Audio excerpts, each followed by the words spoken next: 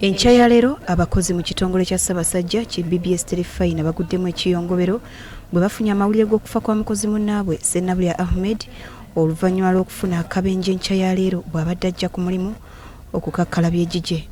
We tutuukidde ku kifo awagudde akabenje kano mu bitundu by'e Nabbingo ku luguudo oluva e Kampala okudda e Masaka tusanze omulambo poliisi eguggyeewo ng'egututte mu ggwanika ly'eddwaliro ekkulu e Mulago okwekebejjebwa wabula ng'okusinziira ku beerabiddeko n'agaabwe akabenje kano kavudde ku loole y'emifaliso namba UBA 752 eremeredde omugoba waayo neva ku luguudo n'essaabala abadde ebbali w'oluguudo nga muno mwe mubadde ne Ssenabulya Ahmed abadde atambulira ku pikipiki era nga talutonze.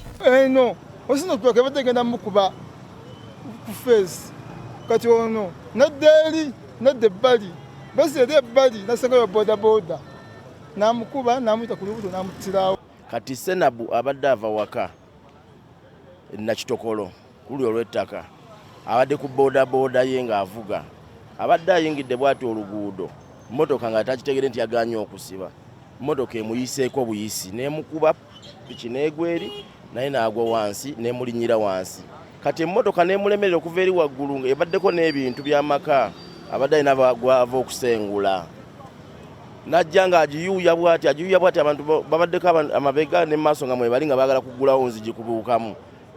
Wabula abaweereza ba BBS Terefayina bwe bafunye amawulire gano ag'ennaku baguddemu ekiyongobero kubanga abadde munnaabwe nnyo. Akulira abakozi ku BBS Terefayina Petro Lutu asaasidde nnyo abaweereza ba BBS Terefayina ab'omu maka ge n'ab'eŋŋanda bonna era n'abagumya olw'okuviibwako omuntu waabwe.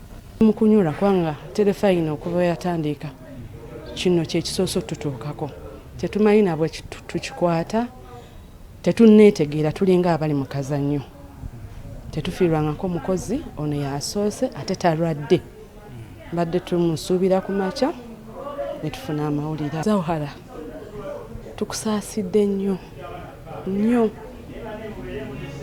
17 Septemba wali oyingidde obufumbo obutukuvu n'ebbaawo naye leero wiiki singa 6 omwami akugenzeeko ala akusaasire era Ahmed amulamuze ekisa. Ono era ategeezezza nti Ahmed Ssenabulya kati omugenzi abadde mukozi nnyo era omwesimbu ng'ajja kulwawo ng'ajjukirwa mu kitongole kya BBS Terefayina. Ahmed adde mukozi nnyo nga musajja mukakamu nga musajja akwata empola naye ng'ekituuka ku mirimu gye omuzungu kyayita dedication ng'ali very dedicated to his job ng'akwatagana ne banne bulungi. Yakulira entambuza y'emirimu ku BBS Terefayina Stephen Dunstan Busuula naye ayogedde ku mugenzi ng'omuntu abadde omukakamu era omukozi ennyo atagenda kuzzikawo.